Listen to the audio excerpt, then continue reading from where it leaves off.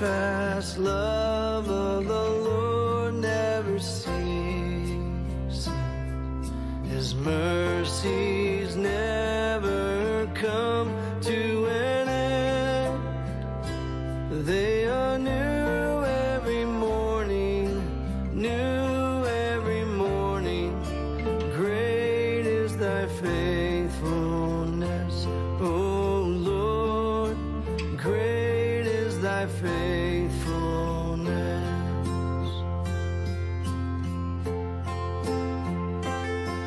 The steadfast love of the Lord never ceases.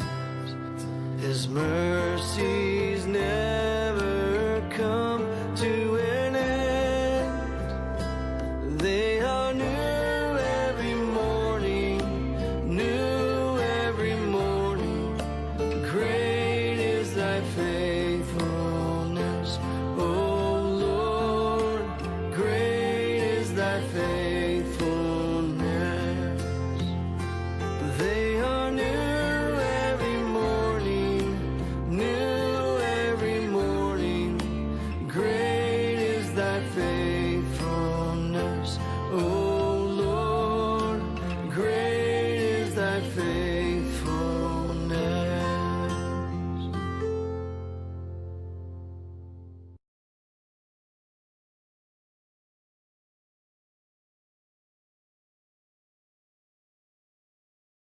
Is from the Methodist Prayer Diary today, Genesis chapter 1, verses 5 to 20.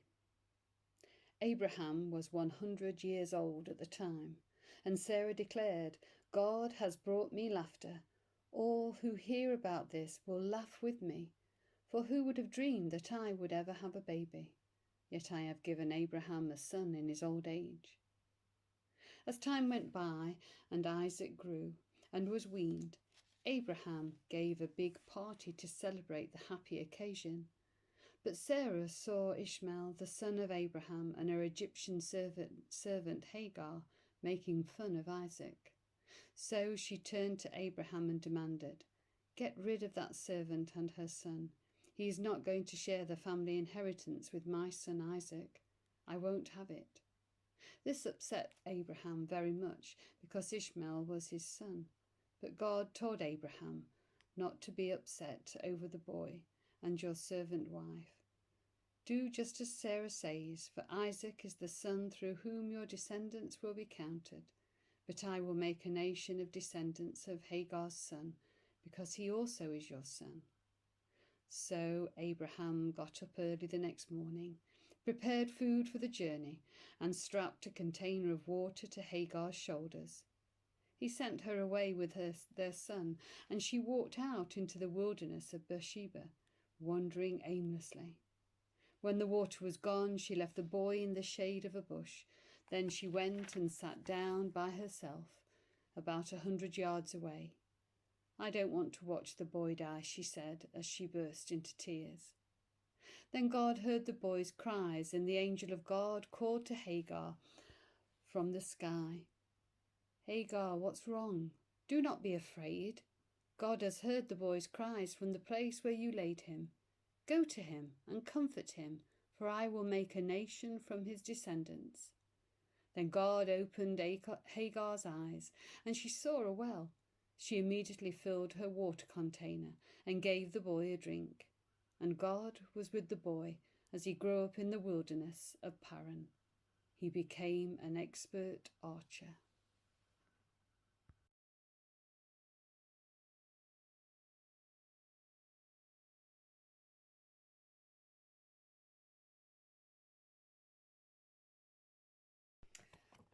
I'm using a reflection on that reading from a daily study Bible for women using the New Living Translation, and it's entitled "A Well of Water."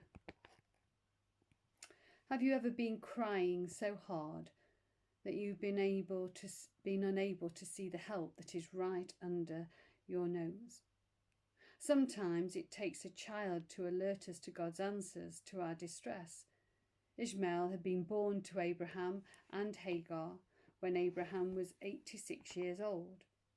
When Abraham was 100 years old, Isaac was born, which would mean that Ishmael was a teenager at the time.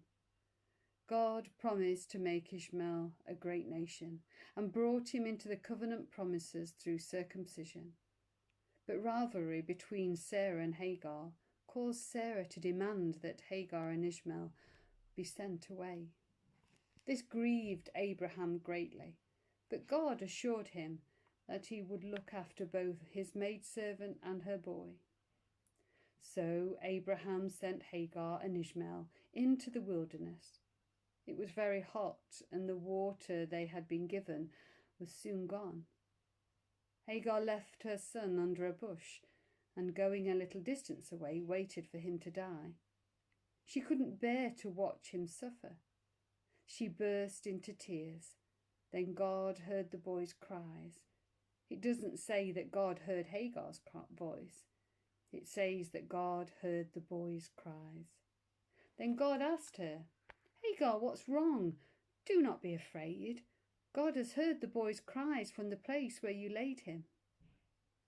Ishmael didn't let his tears stop him praying, but Hagar did, as we often do.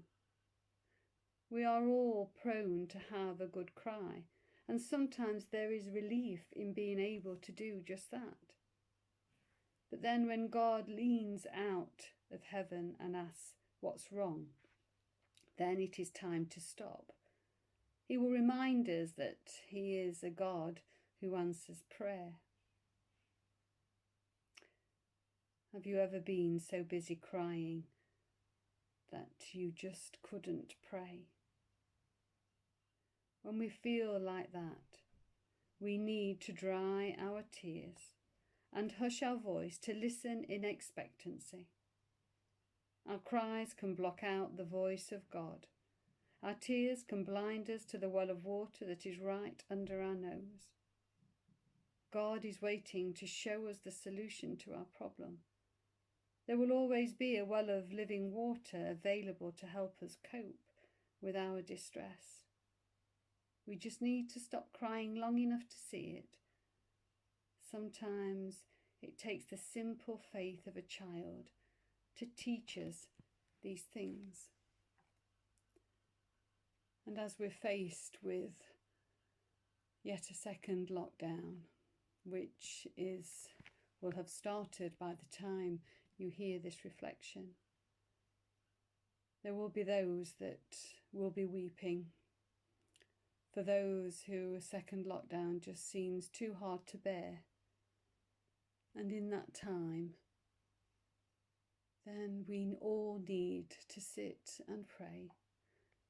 Listen to God, because we might think Christmas is going to be hard this year. It will be different. Worship will be different from here on over the next few weeks. But let us be guided by God, because he's showing us the solution. And we can still celebrate Christmas. We still can bring the good news to all in this time. We just have to stop and listen and allow God to show us the way. Amen.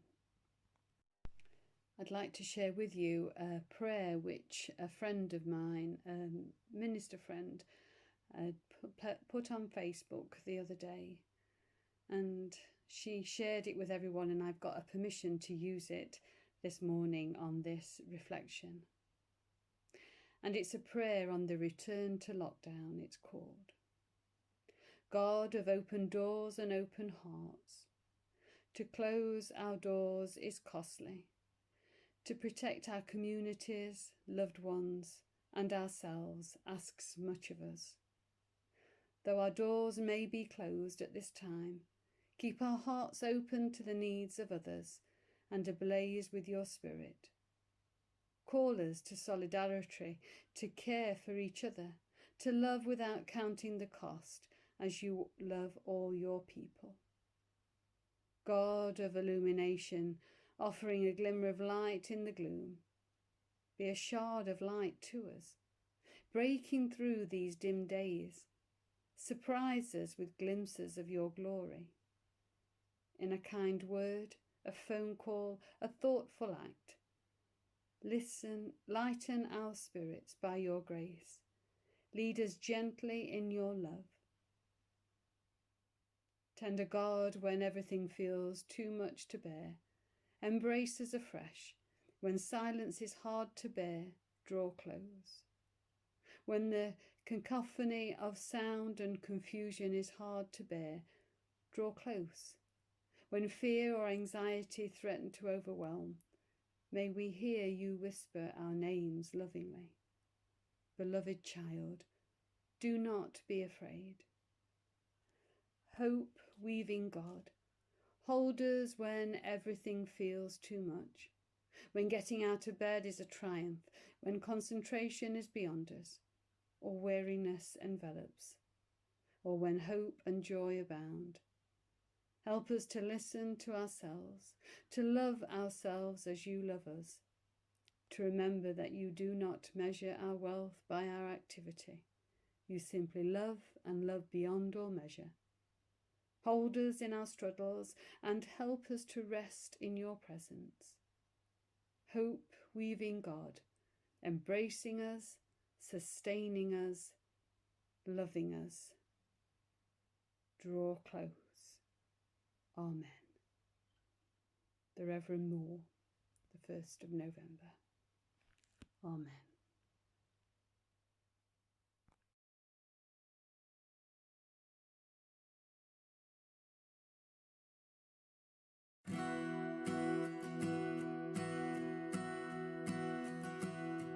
You're calling us, and so we are gathered here.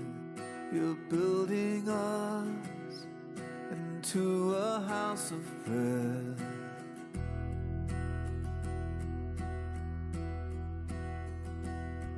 A holy place where stories of grace are told. A sacred space where miracles unfold. And praises rise from the offering of our lives. Let's fill this house. Let's fill this house. Call the seeker, call the stranger, call the children. Let's hear their praises. Call the lonely, call the broken, young and old will sing hosannas. Let's fill this house. Let's fill this house with praise.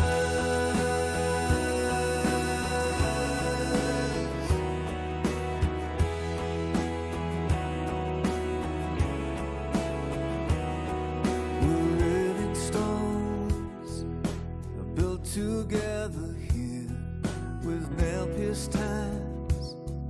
Oh, teach us holy fear.